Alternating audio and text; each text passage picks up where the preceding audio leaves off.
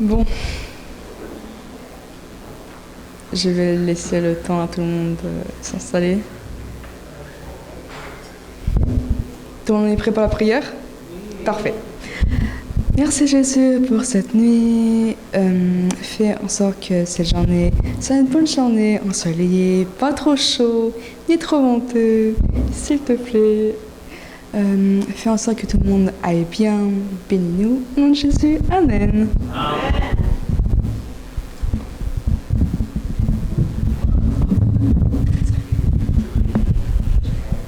Vous pouvez vous mettre debout pour chanter Grâce infinie à la page 26 de votre livret. Grâce infinie.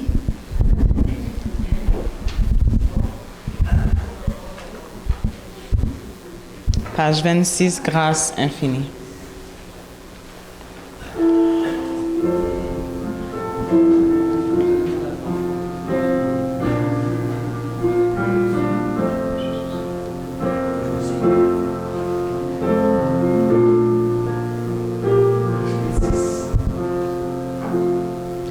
Grâce infinie de notre Dieu qui un jour m'a sauvé.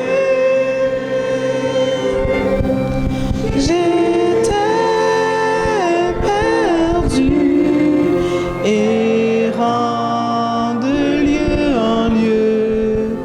Quand il m'a retrouvé, ma vie fut complètement changée au moment où j'ai cru. Depuis ce jour, dans tous les dangers, sa grâce m'a secouru.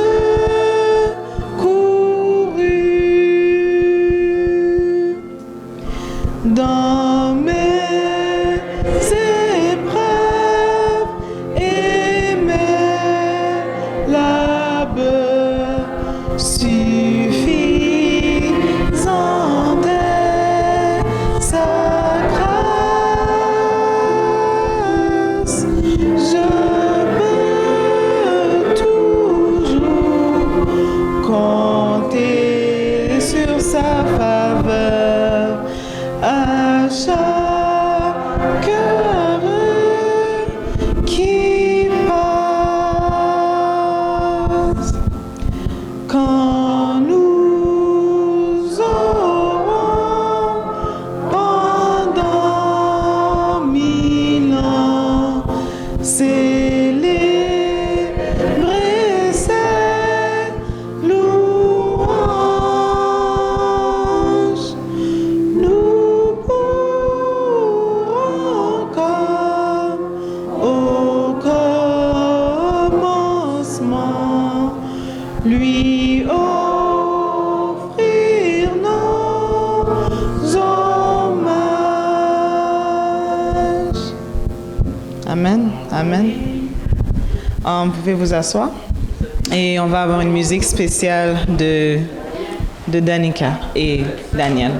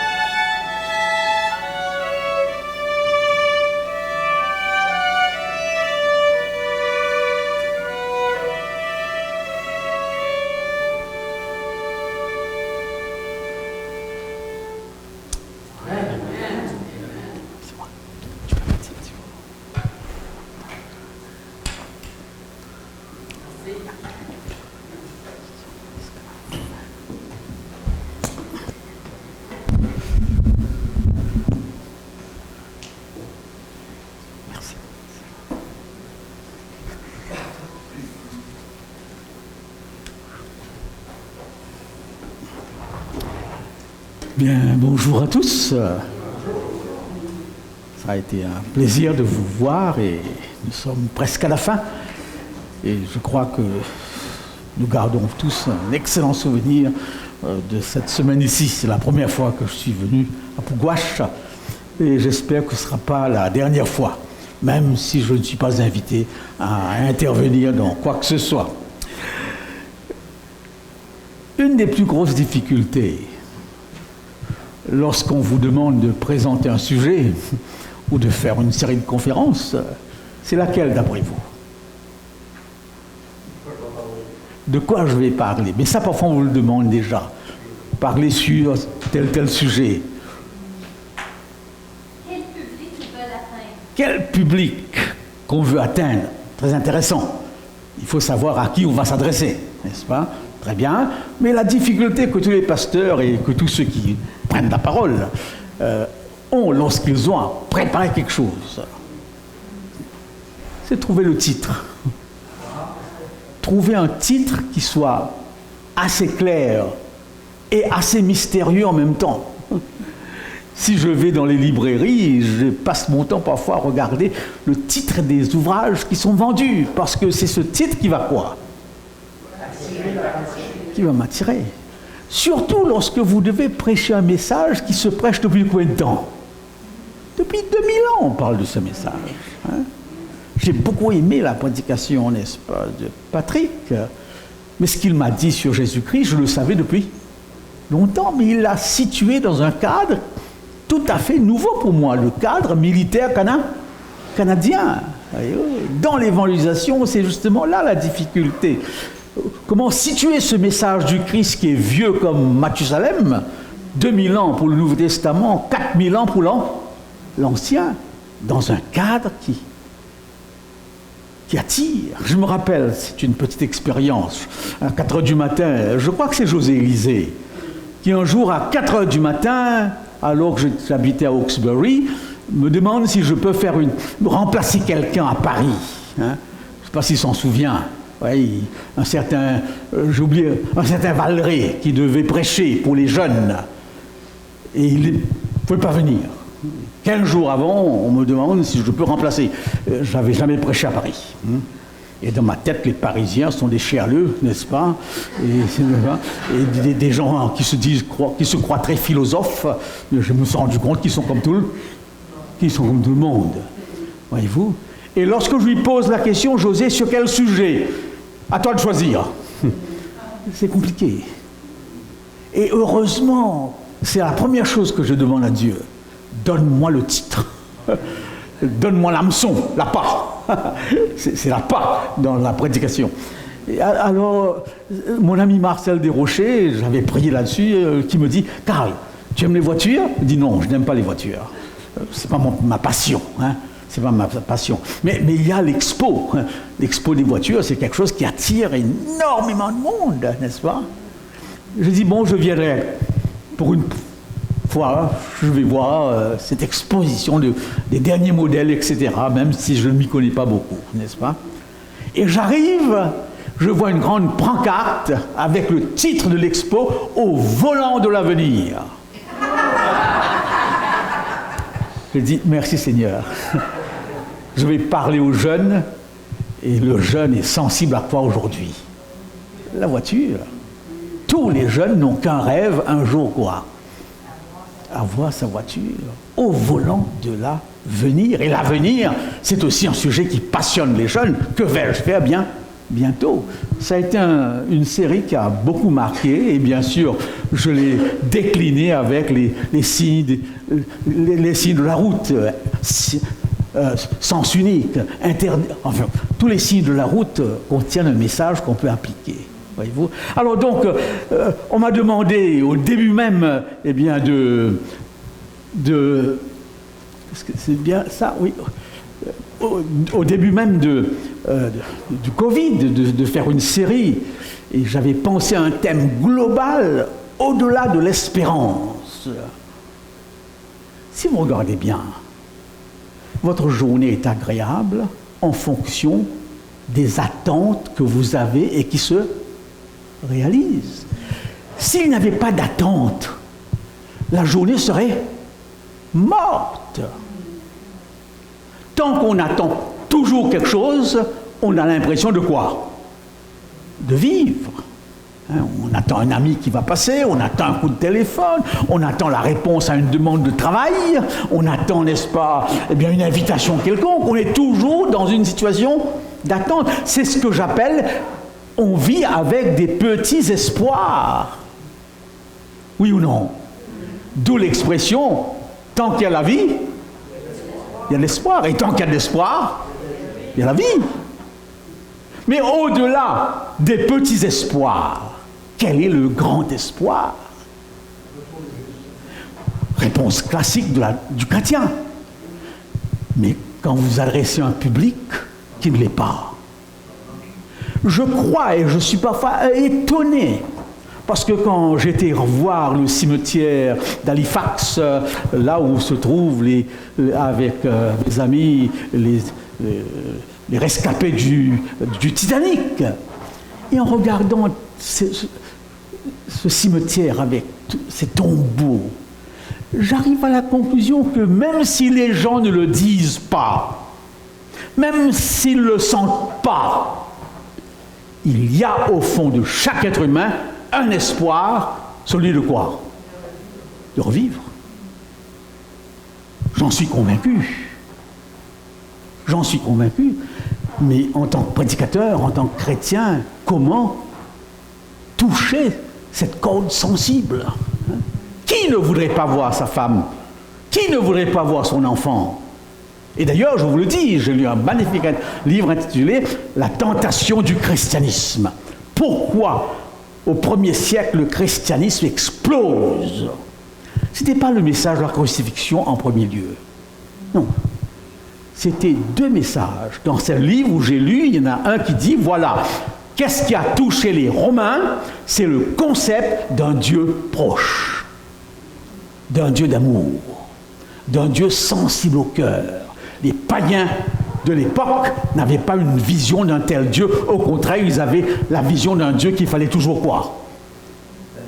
Donner, domestiquer, payer, et qui frappait constamment. D'où les prières pour que ce Dieu ne soit pas menaçant. Ce message va être bouleversant. Un Dieu ami, on n'a jamais entendu parler de ça. Et Luc Ferry, philosophe qui était chrétien mais qui ne l'est plus, très, très, très objectif. Lui, il a développé pourquoi les Grecs ont été touchés. Eux qui croyaient qu'après la mort, ils deviennent un atome, une sorte de molécule, quelque chose qui va dans l'espace, mais on ne sait pas où. Voilà que quelqu'un vient et lui dit, après la mort, vous allez vous retrouver tel que vous êtes, avec un corps glorifié, et vous retrouverez tous ceux que vous avez aimés, si vous croyez. Mais ce message a révolutionné. Et je me dis, mais pourquoi aujourd'hui nous n'arrivons? C'est toujours le même message, le Dieu proche, le Dieu amour.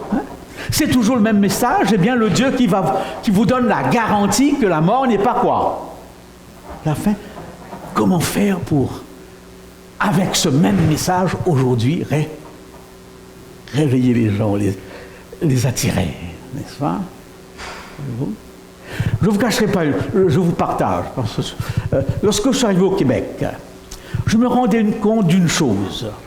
À chaque fois que je faisais une étude biblique sur l'état des morts, les gens étaient tristes. Ils m'écoutaient, le visage fermé. Je me dis, mais là, il y a quelque chose qui ne va pas dans mon approche. Après, très vite, j'ai catché. Je dis, tous ces gens sont catholiques. Ils ont été habitués à l'idée où se trouvent les défunts. Ils sont en haut.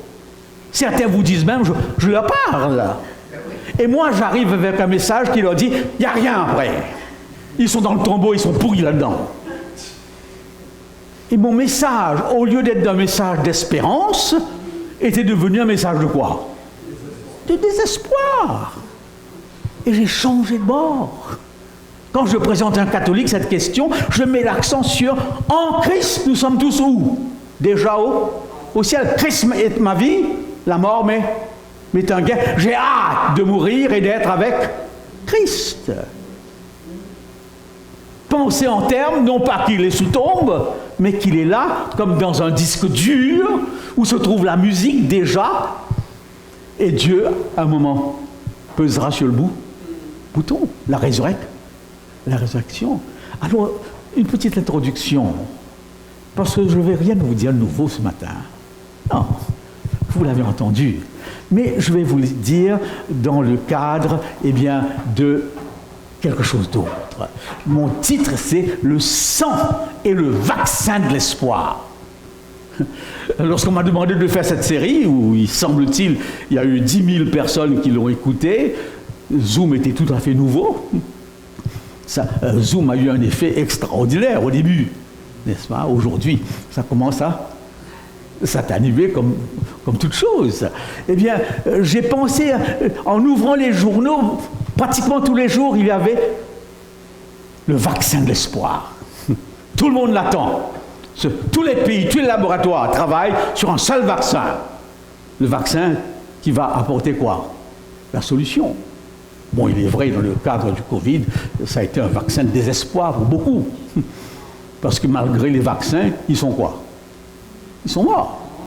Mais il y avait aussi beaucoup de personnes que le vaccin a sauvé. Donc mon objectif ce matin n'est pas de faire une discussion de vaccin. Si ça a été... Parce que ce vaccin de l'espoir a été dans les églises parfois un vaccin de désespoir. J'ai vu des églises en conflit, en guerre sur cette question.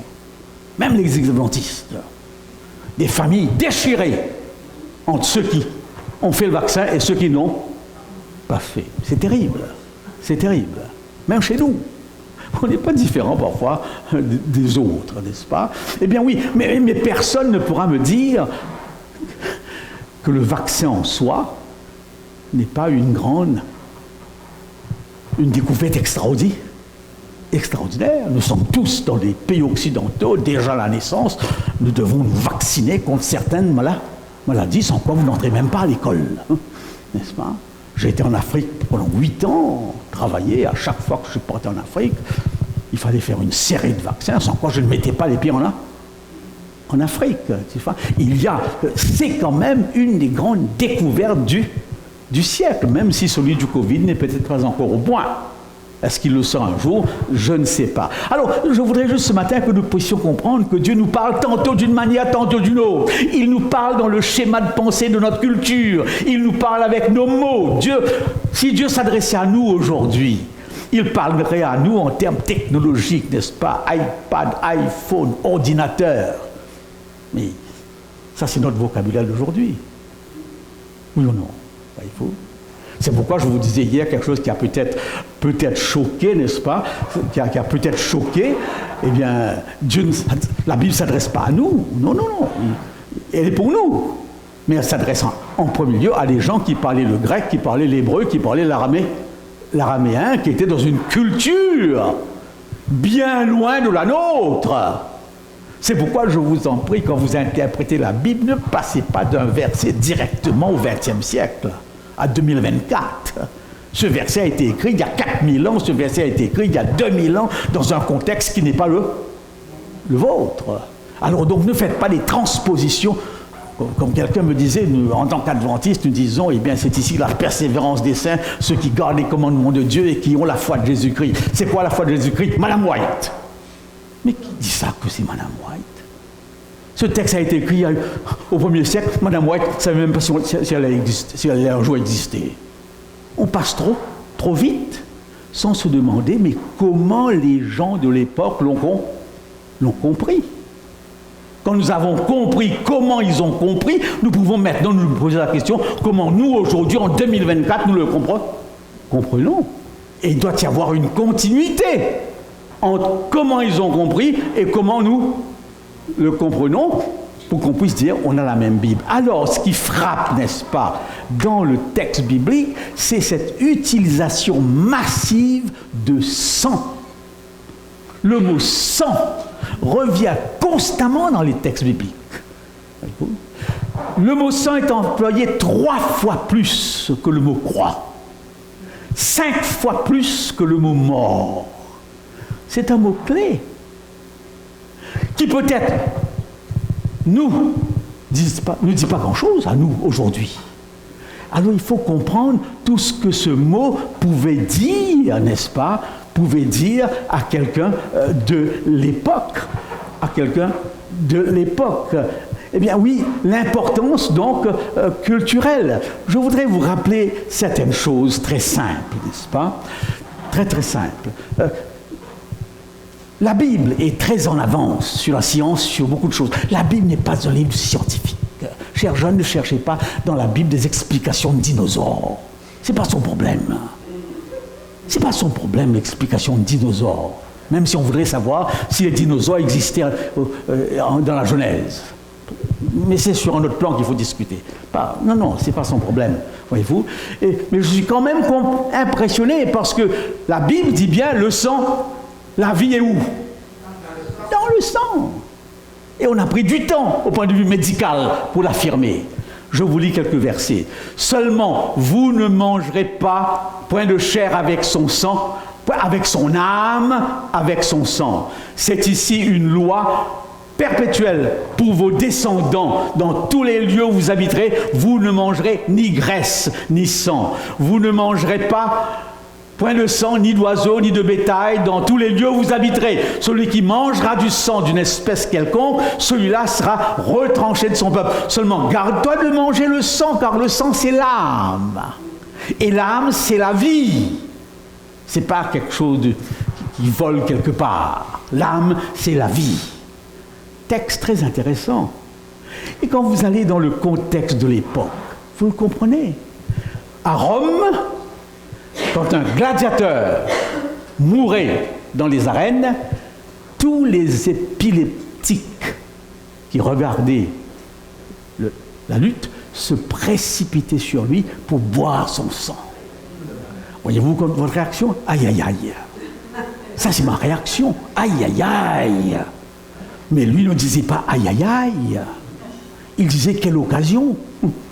Chacun se précipitait parce qu'ils avaient cette conception que ce gladiateur qui est un héros, si je pouvais avoir quoi?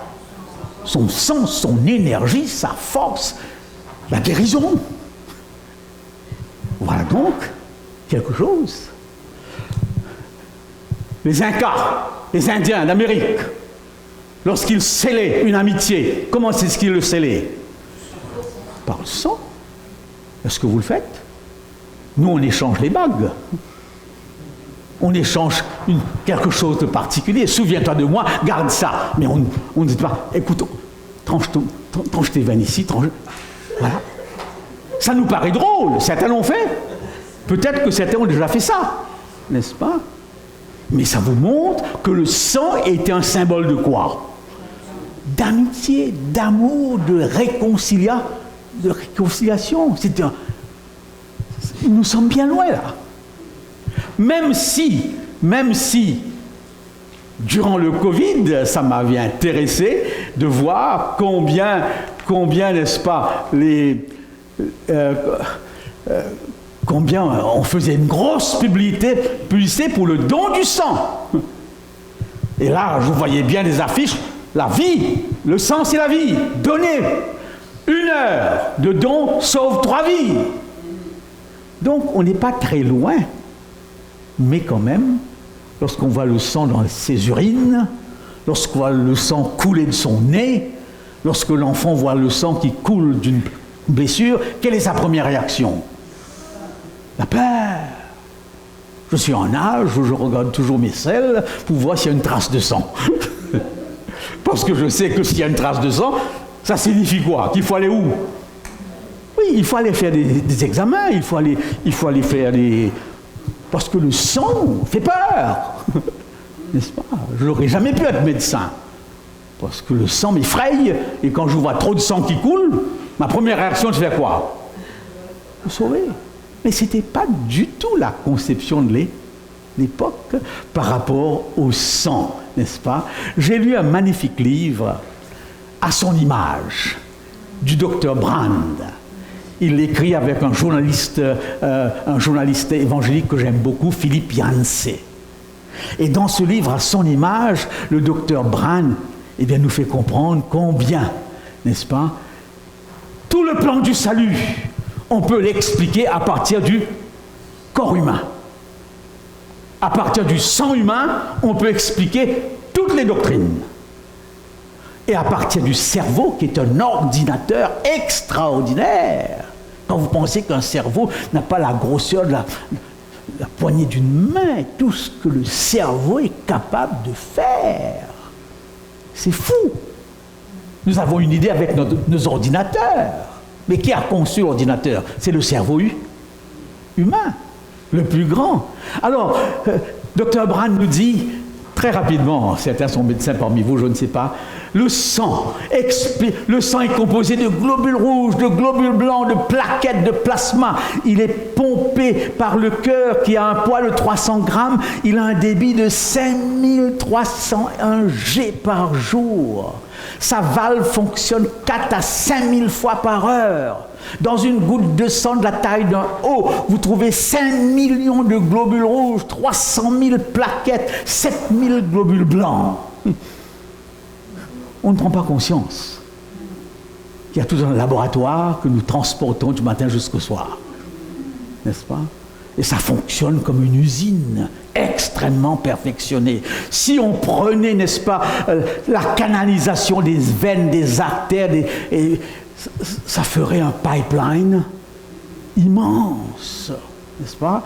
Le sang approvisionne le corps en oxygène, acides aminés, azote, sodium, potassium, calcium, magnésium, glucides, lipides, cholestérol, hormones.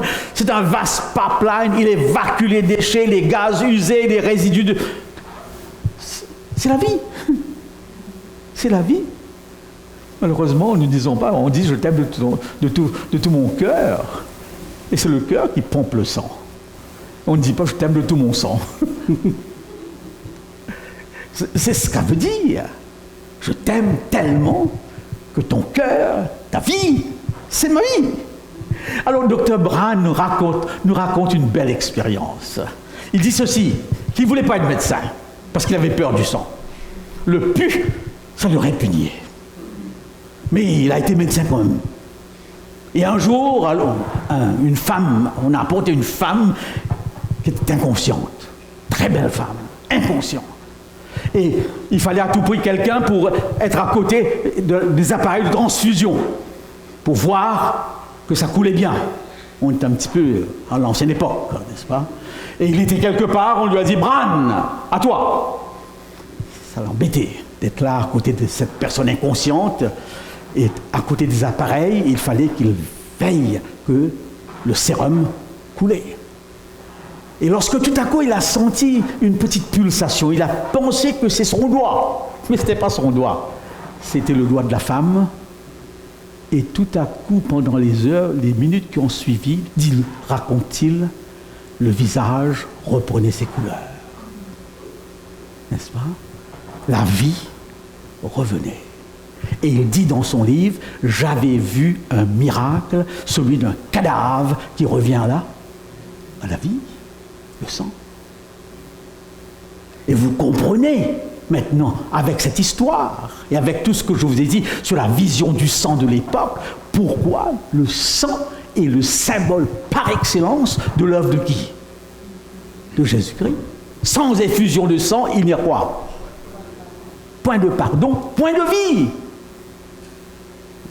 C'est pas facile aujourd'hui d'expliquer à un Richard Dawkins qu'il a versé son sang pour nous. Il voit ça horrible. Un Dieu qui verse le sang de son Fils pour sauver les autres. Mais il ne comprend pas tout ce symbolisme à l'époque.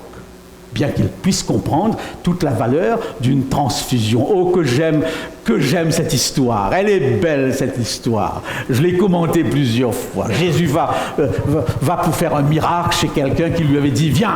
Et en route, il y a une femme. Elle a une hémorragie qui coule depuis combien de temps?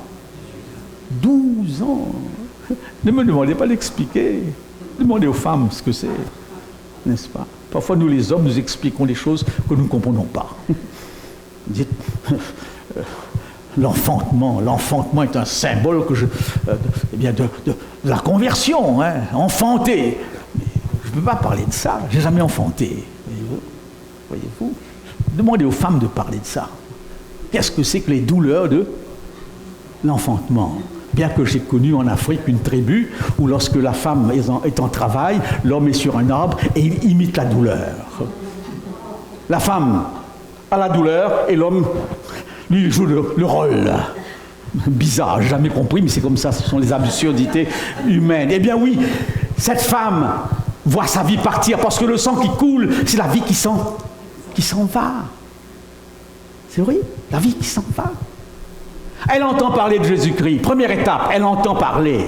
Première étape de la conversation, entendre. Et comment faire entendre? Ça, c'est mon défi. Comment faire entendre un monde indifférent? Le plus grand défi de l'évangélisation, c'est l'indifférence. On s'en fout. Tout ce que tu nous racontes. Un homme en colère est un homme chez qui il y a encore quelque chose à voir. Il est en colère. Mais un homme indifférent, oulala, comment le réveiller? Et nous sommes dans un monde indifférent, n'est-ce pas, aux choses religieuses. Eh bien oui, elle entend. Première étape. Moi, je l'ai entendu avec ma famille. Comment tu l'as entendu, toi? Oui. La famille aussi? Éducation? Comment tu as entendu parler de Jésus-Christ? La famille.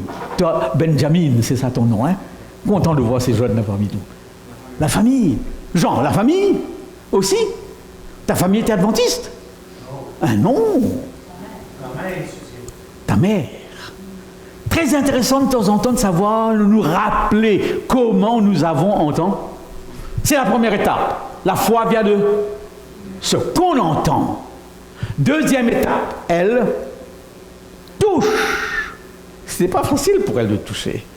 Dans cette foule où, suivant la loi juive, puisqu'elle a une hémorragie, elle n'a pas le droit d'y être là. Elle est comme les lépreux, une quoi? Impure. Impure. C'est terrible, le sort des femmes, même dans la Bible. Elle est impure parce qu'elle a, eh bien, une hémorragie. Donc, toutes les précautions qu'elle a dû prendre pour ne pas se faire quoi? Surprendre. Est-ce que vous avez traversé cette deuxième étape? Je le crois, vous êtes tous là ce matin. Vous avez entendu, vous êtes venus. Et finalement, la troisième étape, qu'est-ce qui se passe? N'est-ce pas? La troisième étape, elle touche. Comment savons-nous quand nous avons touché le Christ? Toucher le Christ, la conversion a une dimension physique. Aussitôt qu'elle touche le Christ, qu'est-ce qui se passe? Le sang, ça s'arrête.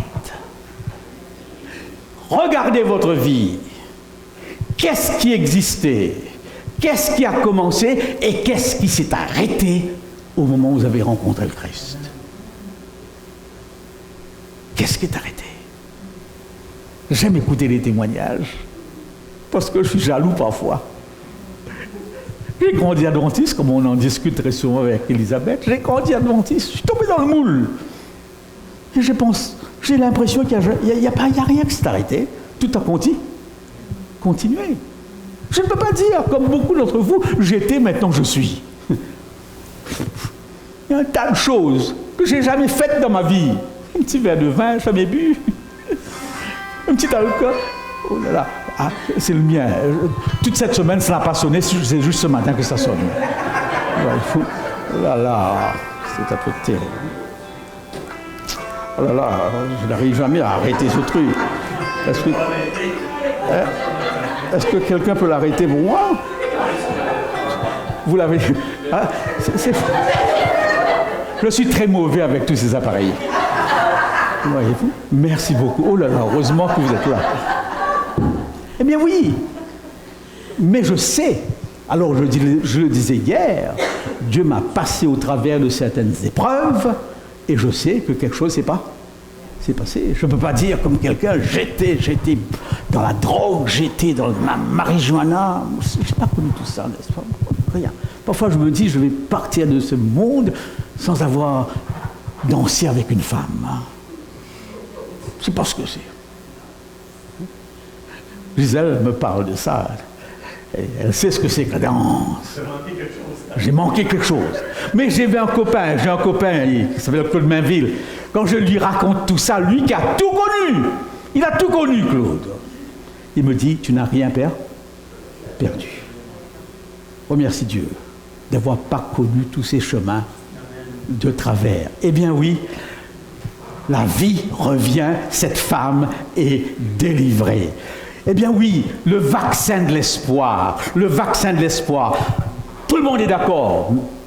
Grâce au vaccin, il n'y a plus de fièvre jaune, il n'y a plus de diphtérie, il n'y a plus de variole, il n'y a plus de rage, il n'y a plus de choléra, il n'y a plus de typhus, il n'y a plus de typhoïde, il n'y a plus de poliomyélite, il n'y a plus de rougeole. Sauf encore dans certains pays qui n'ont pas accès. Donc, il n'y a pas lieu de faire une discussion inutile. Laissez-moi vous raconter très rapidement ce qui s'est passé, comment c'est arrivé, la vaccination. Un certain docteur Jenner, un certain jeune Edward Jenner, en 1757, ont fait des tests pour faire face à la variole. On essaye tout, sans succès. Lorsque tout à coup, il va dans une pharmacie et le pharmacien prend une petite croûte d'un petit bouton de variole et le met sur sa peau. Après 1 mois, sa variole avait disparu. Ça a été le point de départ. C'est lui qui va découvrir la vaccination. Il y a là un paradoxe. Nous guérir qui sommes pécheurs en prenant sur lui quoi? Le péché. Il nous guérit en devenant pécheurs. En prenant sur lui le péché, non pas en devenant pécheur. C'est fou quand on y pense. Il a été fait quoi? Péché pour nous. Il a été fait virus pour nous. Et en prenant sur lui le virus, il est capable maintenant de faire quoi? De nous guérir. Eh bien oui, le docteur David, c'est une belle histoire que je vous raconte maintenant encore.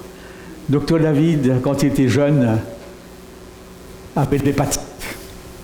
Une hépatite qui transférait de père en fils. Génétique. Vous avez des maladies génétiques, n'est-ce pas? Que faire? Il y a une chose qui se passe, même si on est atteint d'une maladie génétique. On trouve une belle jeune fille et on tombe amoureux. L'amour n'a pas de frontières. Et la relation entre le docteur David et cette fille se développe. Mais il entre chaque soir en pleurant. Il dit, mais je ne pourrai pas l'épouser. Je souffre d'hépatite, une maladie transmissible, pour l'époque surtout. Comment vais-je lui dire cela? Est-ce que j'ai le droit, humainement parlant, d'épouser quelqu'un et de lui transmettre une maladie que j'ai et qui est une maladie incurable? C'est un dilemme. Je ne sais pas comment régler ce dilemme. Mais voilà qu'il tombe amoureux, il est amoureux. Et alors il se dit un jour, je vais dire à ma fiancée, quel est mon problème? Et je dirais, on arrête la relation. Il n'y a pas d'espoir ici. Alors elle va dire ça à sa copine, qui au lieu d'être étonnée, s'en prend ça. Ok. Il s'attendait à ce qu'elle soit cassée. Pas le cas. Elle lui dit, ne dis plus rien. Je le sais depuis le début, depuis notre rencontre. Je le sais. Tu es mon choix et je l'assume. Je suis prête à t'épouser. Je prends ta maladie. Pas si simple. Ça fait des beaux films, ça. Ça fait des beaux films. L'amour qui triomphe du mal sous toutes ses formes et de la maladie. C'est profond quand on y pense. Je t'épouse malgré tout ce que tu as. Et c'est ce que Jésus a fait. T'es malade. Ta nature est pécheresse. Je suis né dans le péché, dit qui? David. j'ouvre ici une parenthèse. C'est difficile de parler de péché aujourd'hui. Je vous l'ai dit hier. Le péché, personne n'en parle. Le problème avec le péché, c'est que nous avons une science appelée psychologie qui vous explique toutes les conditions humaines. Toi, tu es bipolaire, toi, tu es schizophrène, toi, tu es névrosé, toi, tu es psychosé. Il y a une explication pour tout, oui ou non? Toi, tu es narcissique, etc. Mais vous ne direz jamais à quelqu'un qui soit bipolaire, tu es pécheur. Mais toutes ces maladies que la psychologie met en évidence expriment une seule chose: nous sommes, de par notre nature, brisés, cassés, en désordre. Oui ou non? La fièvre n'est pas une maladie. La fièvre indique que vous êtes malade. Courez voir le médecin. Toutes ces descriptions psychologiques qui nous sont données de l'être humain sont l'expression d'une nature aliénée qui a été brisée, qui n'est plus normale. Mais comment dire cela? Vous ne pouvez pas le dire. C'est pourquoi parler du péché dans notre siècle d'aujourd'hui n'est pas facile, à moins de parler d'un violeur, d'un pédophile. Bon, ça sort un peu de l'ordinaire. Alors pour parler du péché, on doit toujours trouver des exemples qui sortent de l'ordinaire. Alors que notre ordinaire est marqué par quoi? Par le péché. Nous sommes tous des léopards pleins de taches. Ça s'appelle, avec des mots techniques scientifiques sophistiqués. Je pense que mon problème majeur en tant que prédicateur aujourd'hui, c'est d'amener les gens à comprendre qu'ils sont quoi? Pécheurs. Non, je suis malade, je ne suis pas pécheur. Mais la maladie est l'expression évidente de quoi? Du péché. C'est pourquoi la Bible parle du péché en termes de maladie. Je suis venu, pourquoi dit le Christ? Pour guérir. Pour guérir. Je reviens sur une petite histoire que je vous ai racontée. Et j'ai un petit peu l'impression, quand j'entre à la maison, je continue mes sermons. Je ne sais pas si tous les pasteurs sont comme ça. J'essaie de savoir si j'ai tout dit ou si j'ai oublié quelque chose. Et je me rends compte que j'oublie beaucoup de choses. Parfois, je commence à une histoire dans un sermon et je ne la termine pas. Après que je me suis rendu compte que je n'ai pas terminé l'histoire. La vieillesse, n'est-ce pas? Ça décroche quelque part ici. Eh bien, je vous parlais de cet homme qui me disait: pourquoi le Christ est mort pour moi? Je peux mourir tout seul. Je n'ai pas besoin. Propre suffisance. Alors, je ne sais pas si je vous l'ai dit. Je me suis dit: Seigneur, comment est-ce que je peux toucher quelque part cet homme? Et je crois que Dieu m'a inspiré là. Il m'a dit: pose-lui la question. Parce que ça paraissait être un homme qui n'a besoin de rien. Est-ce que vous regardez toutes ces maisons autour de vous, n'est-ce pas, ces gens qui jouent au golf à 2h de l'après-midi sans faire la sieste? Est-ce que vous avez l'impression qu'ils ont besoin de quelque chose? J'ai l'impression qu'ils ont tout ce qu'il faut. Nous sommes dans des pays, eh bien, de riches. J'ai travaillé en Afrique, je sais la différence, n'est-ce pas? Eh bien là, je lui ai dit: monsieur, si tout à coup vous avez un problème de rein et que c'est sans remède, il n'y a qu'une solution: enlevez votre rein et donnez, cherchez quoi? Un donateur. Est-ce que vous seriez prêt à accepter que quelqu'un vous donne son rein? Et j'ai senti qu'il était un peu raciste. Oui, je l'ai senti. Et je dis, il ne m'a pas répondu. J'ai posé l'autre question. Et si c'est le rein d'un noir? Est-ce que vous acceptez? Je voulais juste lui faire comprendre qu'il y a une partie de l'œuvre du Christ qui consiste à quoi? À donner. Être prêt à accepter. Notre problème du salut, c'est accepter. Êtes-vous prêt? Et c'est difficile dans des sociétés de riches de sentir le besoin d'accepter quelque chose. D'ailleurs, même nous, lorsqu'on nous rend un service, on veut tellement... Quelle est notre première réaction?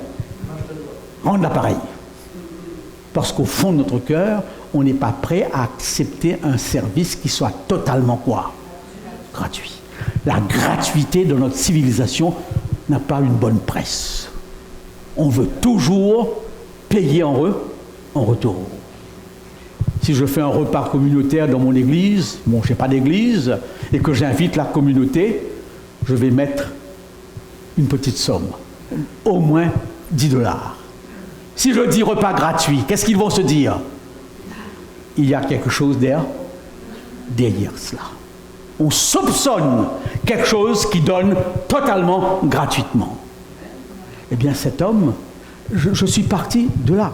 Qu'est-ce que je n'arrivais pas à le faire comprendre? C'est qu'il est un malade qui a besoin de quoi? Du salut. Remarquez dans notre société, on est prêt à accepter le sacrifice de Christ comme un acte extraordinaire. Gandhi, qui était un disciple de Jésus-Christ, fondateur de ce qu'on appelle la non-violence. C'était un adepte du sermon sur la montagne. Il a dit quelque chose qui m'a bouleversé. Il m'a dit, oui, il est un exemple de don de soi, mais je ne comprends pas que sa mort me sauve. Là, je n'arrive pas. Que son exemple soit extraordinaire, j'accepte. Le plus beau qui puisse exister dans le monde. Mais que cette mort me sauve, moi qui crois à la loi de karma, je ne l'accepte pas. Beaucoup de gens reconnaissent que l'œuvre de Jésus-Christ est extraordinaire. Oui ou non? Oui. Mais arriver là, et vous, au salut, je vous donne quelques exemples. Il faut des exemples aujourd'hui dans notre société. Il y a quelques semaines, quelques mois de cela, l'année dernière, un petit enfant était suspendu au 4e étage d'un bâtiment. Je ne sais pas comment il s'est accroché à la balustrade et le père ne pouvait pas le sortir. Je n'ai pas tout en vue, mais c'était sur les journaux. Un Malien qui passait par là et qui était un sportif extraordinaire, très habile, à grimper dans les arbres. Très habile. Lorsqu'il a vu cela, sans aucune réflexion, il est monté d'un appartement à un autre. Et il a sauvé l'enfant. Tous les journaux ont reconnu que c'était quoi? Un acte de bravoure. Tous les journaux. Et le président Macron l'a tout de suite convoqué au gouvernement et lui a donné sa citoyenneté française sans aucune démarche à faire. Cette partie où le Christ se donne est une partie que les gens peuvent comprendre, même les sécularisés, oui ou non. J'aime bien écouter le président Macron, pas parce que je suis politicien, il a une facilité de discours impressionnante. Et j'aime bien, je regardais toujours en France lorsqu'il y avait des cérémonies en l'honneur des soldats morts sur le champ de bataille. Tous les pays le font. Et Macron, à chaque fois, martelé, ils sont morts pour qui? Pour vous. Grâce à la mort, vous avez, vous, ici en France, la liberté. Honorez les morts sur le champ de bataille. Parce que grâce à eux, nous vivons. C'est le langage de l'Évangile, oui ou non? C'est le langage de l'Évangile. C'est ce qu'il a fait. Il nous libère. Eh bien oui, chers amis, comment présenter? Alors, c'est là où je vous inviterai, parce que tout ce que je vous dis là, vous le savez. La Bible emploie, déjà j'ai exploité le symbole du sang, qui n'est pas un symbole très usuel, n'est-ce pas? La Bible emploie d'autres métaphores, propitiation, justification. Je ne pense pas que ce soit des mots faciles pour l'homme d'aujourd'hui de comprendre. Si j'avais intitulé mon sermon, eh bien, le sang de la propitiation, ou le vaccin de l'espoir, quel est le titre qui attire le plus? Le vaccin de l'espoir. Oui ou non? Mais, alors il faut savoir quel langage employer. Comment parler. Et ça, c'est quelque chose de très très important. Sur le plan divin, le péché nous a coupés de Dieu, vous le savez, nous a coupés des uns et des autres, et nous a coupés de notre environnement, et nous a coupés de nous-mêmes. C'est ce qu'on appelle aliénation. Nous sommes tous des aliénés. Et nous sentons au fond de nous qu'il y a un masque, qu'il y a deux êtres qui s'opposent. N'est-ce pas? Et là, ce qui est extraordinaire, c'est que le vaccin n'est-ce pas? Je ne suis pas médecin. Si je dis une bêtise, eh bien, corrigez-moi. Il y a dans le vaccin 4 étapes.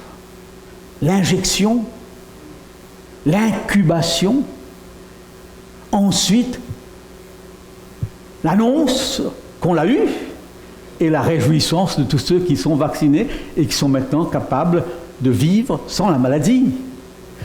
L'injection, c'est la crucifixion. Lorsqu'il meurt sur la croix, il meurt de la mort que nous n'allons pas connaître, la mort, séparation avec Dieu. Il connaît par la croix ce qu'on appelle l'état ontologique du péché. Il a été fait péché pour nous. Et il connaît pour la première fois de sa vie, qu'est-ce que ça signifie? La coupure totale avec qui? Avec son Père. Je ne comprends pas ça. Pendant tout le week-end où il est sur la croix, le Père est silencieux. Madame White dit qu'une obscurité enveloppait la croix. Donc il est coupé de Dieu. Il est coupé des hommes. Même les disciples, où sont-ils? À distance. Éparpillés. Personne d'autre. Seul sur la croix. Coupé de Dieu. Coupé des autres. Et je dirais même, coupé de l'environnement. Car un tremblement de terre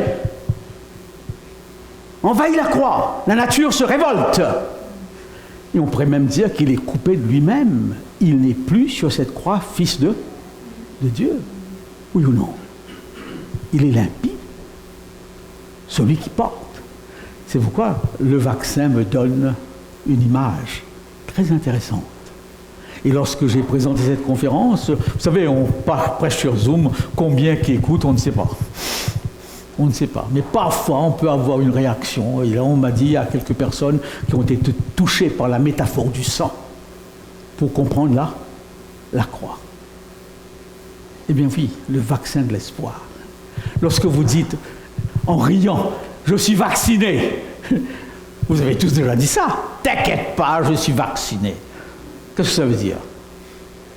Je suis quoi? Protégé.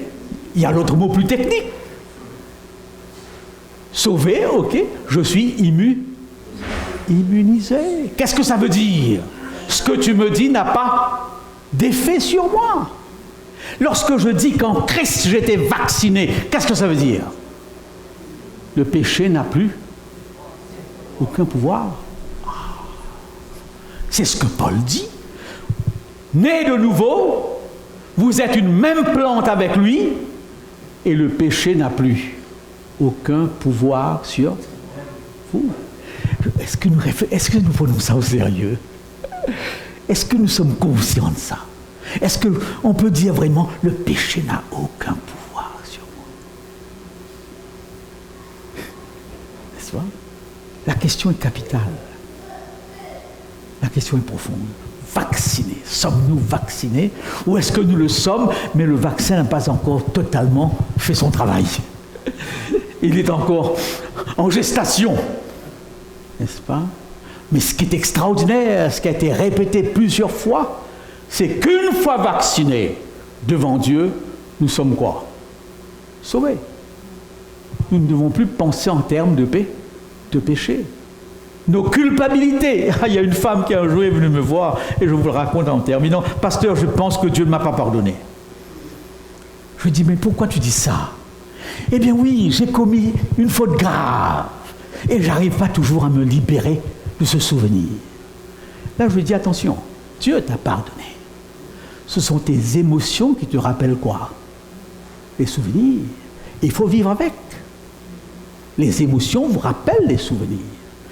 Mais Dieu vous a pardonné. C'est votre corps qui est fait d'une telle façon que ce que vous avez vécu revient sous une forme ou sous une autre. Alors il ne faut jamais confondre le pardon de Dieu et les souvenirs qui reviennent au travers des émotions. N'est-ce pas? Il faudrait même qu'il nous libère de ces émotions. Mais parfois, ces émotions sont nécessaires pour nous rappeler qui nous étions. Alors, je vais vous faire une petite chose, dire quelque chose qu'on n'entend pas souvent. C'est quoi le péché? Faire le mal. Tout le monde l'a compris. Mais Jacques, je crois qu'il dit autre chose. Le péché, c'est aussi ne pas faire quoi? Le bien. Et parfois, je trouve que la force du péché, c'est pas dans l'inclinaison à faire le mal. La force du péché, c'est quand il nous paralyse à faire le bien. Réfléchissez là-dessus. Et je vais vous donner un exemple très simple. J'espère que personne ne va choquer. Pendant que ma femme était au centre palliatif, j'ai eu des coups de téléphone de partout le monde. J'ai travaillé dans beaucoup de pays, des gens m'ont... Tous les jours, les mails étaient remplis. Je me sentais vraiment dans une grande famille. Mais 2 ou 3 jours après sa mort, terminé. Plus de mails, plus de coups de téléphone, plus rien.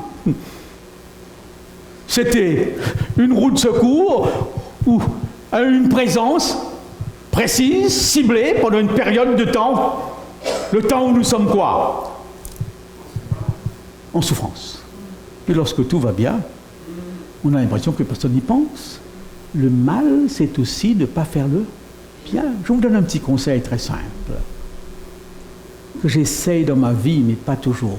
Durant tout le Covid, le samedi après-midi, je prenais mon téléphone pour téléphoner au moins à 10 membres d'église. C'est pas difficile, ça. C'est difficile. Prendre le téléphone.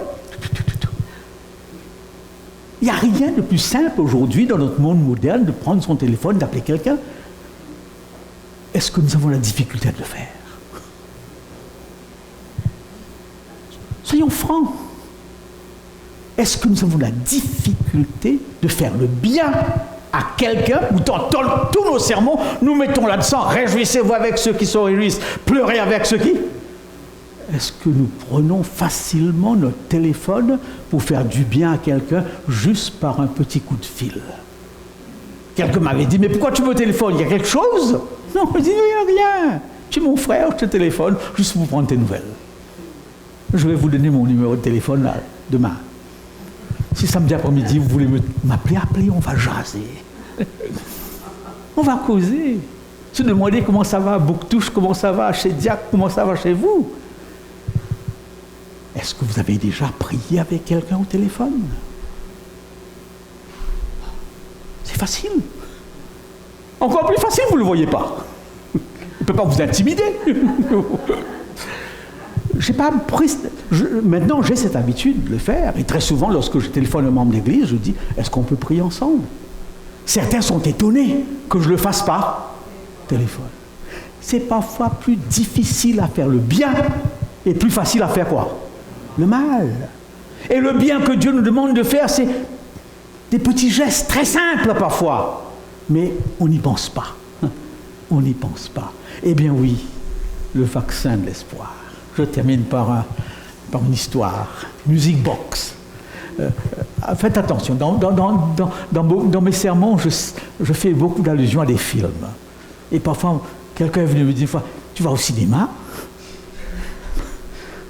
Parce que j'ai grandi dans une église adventiste, on n'allait pas au cinéma. La première fois où j'y étais, et j'allais quand j'étais jeune, j'allais quand les lumières étaient éteintes. Quand les lumières sont éteintes, j'entrais dans la salle. Et je sortais juste avant que le film soit... C'est terrible, l'adventiste que j'ai connu, n'est-ce pas? Et je sais qu'au Québec, on a connu un peu ça. Et quand je regarde tous ces gens que j'ai connus au Québec qui ne sont plus là, je pense qu'ils ont eu un mauvais départ. Un jour, je sors du cinéma juste avant les autres, et qui je vois en face de moi? Mon frère. Eh bien non, je fais allusion au cinéma. Pourquoi? Parce que les gens vont au cinéma. Je me dis, s'ils vont voir un film, c'est qu'il y a quelque chose dans ce film qui pourra me donner quoi? Une base pour la prédication. S'ils regardent, c'est que ça les intéresse. Si ça les intéresse, ça m'intéresse pour leur parler de choses qu'ils ont connues. Nous commençons toujours à leur parler de la Bible qu'ils ne connaissent pas. Melchisédek, c'est qui ça encore? Melchisédek. Alors, Music Box, je tombe sur un journal avec un titre d'un film, Music Box, boîte à musique. Ça m'intéresse. Et heureusement, je lis le compte-rendu. Et je trouve que l'histoire est intéressante. C'est l'histoire d'un Hongrois. Il est en Amérique depuis 45 ans. Et voilà qu'un matin, il reçoit une lettre qui lui dit « Tu es un criminel nazi. » Un criminel de guerre qu'on cherche. On les cherche toujours. Et il est bouleversé. Et ses enfants, il a un fils, il a une fille. Et « Papa, est-ce vrai ou pas ?» Il dit non, mais ils sont trompés, c'est une erreur. Mais non, le département de justice de l'Amérique ne se trompe pas comme ça. Il est poursuivi. Le fils est mécanicien et la fille est avocate. Et cette fille lui dit, papa, t'inquiète pas, je vais te défendre. C'est beau, n'est-ce pas, que l'enfant va défendre le père. N'est-ce pas? Je vais te défendre. Le procès a lieu, je raccourcis. Et on n'a pas de preuves contre lui. Il est presque innocenté lorsque tout à coup on se souvient qu'à Prague, il y a encore un témoin. Et la justice est prête à faire le déplacement pour aller interroger le témoin qui est malade. On ne peut pas le faire venir aux États-Unis. Alors l'avocate avec le juge de l'accusation vont voir le témoin. Et après avoir bien discuté, ils se rendent compte que ce témoignage n'est pas recevable. Donc, il est innocenté. Mais cet homme avait un ami taximène. C'était son meilleur ami, un taximène. Et un jour, ce taximène disparaît sans que personne ne sache. Et à Prague vivait la sœur du taximène. Et alors cette fille se dit, je connais ce taximène, un ami de la famille, j'irai voir sa sœur juste avant de rentrer aux États-Unis. En arrivant chez la sœur, qui est toute heureuse de la recevoir, et la sœur qui lui dit, juste avant qu'elle va partir, mon frère, avant de mourir, nous a envoyé une boîte à musique. Et il semble que cette boîte à musique est dans un centre postal de consigne. Est-ce que vous pourriez aller voir de quoi il s'agit? Voilà le titre, boîte à musique. Alors, elle arrive, elle va au centre postal, elle prend la boîte à musique et aussitôt, après avoir payé ce qu'il faut, elle tourne la manette pour écouter la musique. Mais ce n'est pas la musique qu'elle entend. De cette boîte à musique tombent des photos, une après l'autre. Des photos du papa en train de noyer des juives et des juifs âgés dans les eaux glacées du Danube. Il y a même une photo où il est avec son ami taximène à côté de cadavres juifs. La preuve est faite. Mais cette fille peut faire quoi? Dissimuler cette preuve. Elle seule a ces photos maintenant. Elle entre aux États-Unis. Elle va chercher son fils, qui est chez le père. Et là, dans le film, une discussion violente a lieu entre le père et la fille. Comment, papa, as-tu pu faire cela? C'est terrible, tout ce qui s'est passé. Avoir un père criminel, avoir un père violeur, un père... C'est pas facile à porter. Comment as-tu pu faire cela? Elle est avocate. Elle représente la justice. Elle n'a qu'une seule chose à faire. Quoi? Envoyer toutes les photos où? Au département de justice. Elle dit à son père, demain, je mets toutes ces photos à la poste. Et je ne te vois plus jamais. La relation est cassée, coupée. Qu'est-ce que cette fille ne pouvait pas faire? Elle ne pouvait pas être juste et sauver son père en même temps. Impossible. Soit je suis juste, je le condamne. Soit je le sauve et je ne suis pas juste. Qui seul dans l'histoire humaine et divine pourra dire « Je suis le seul Dieu qui est juste et qui sauve ». C'est qui? Dieu. Il prend sur lui le péché de l'homme et il libère. J'aime bien Philip Yancey. Je termine là-dessus. Son dernier livre, c'est The Scandal of Forgiveness. Le scandale du pardon. La grâce est un scandale. Parce que des injustes sont déclarés justes. Des gens qui devraient subir sont libérés, oui ou non? Je vous raconte une histoire, je ne vous demanderai pas la réaction. Vous avez entendu parler de Jeffrey Dahmer, le pire serial killer qui a existé aux États-Unis. Il a tué 17 personnes et il les a mangées. C'est le crime le plus atroce que l'Amérique ait connu. On a retrouvé dans son frigidaire des morceaux de viande humaine. Et il y a un petit Vietnamien qu'il poursuivait. Ce Vietnamien a eu le temps de téléphoner à la police de Milwaukee. Ils n'ont pas pris ça au sérieux. Et ils ont retrouvé le corps du Vietnamien dans le frigidaire de Jeffrey Dahmer. Écoutez maintenant la chose. Philip Yancey, chrétien, est avec un groupe de chrétiens. Et à la télévision, on interviewe Jeffrey Dahmer. Dans la première partie de l'interview, il raconte comment il est devenu un serial killer. C'est une histoire terrible. Comment? Quel a été le processus qui a fait de lui un tueur en série? Première partie. Deuxième partie, Yancey qui dit à tous ces chrétiens, écoutez bien, Jeffrey Dahmer s'est converti en prison. Il s'est converti en prison. Je ne sais pas si Patrick est à l'occasion d'être aumônier en prison. Il y a des choses extraordinaires qui se passent là. Il s'est converti en prison et maintenant il rendait le témoignage de sa conversion. Et on a fait un sondage. Qui sont ceux qui croient que vraiment il s'est converti? La grosse majorité a dit non. C'est une mise en scène pour avoir des peines raccourcies. Et Philip Yancey a posé la question au groupe. Pensez-vous qu'il mérite le pardon?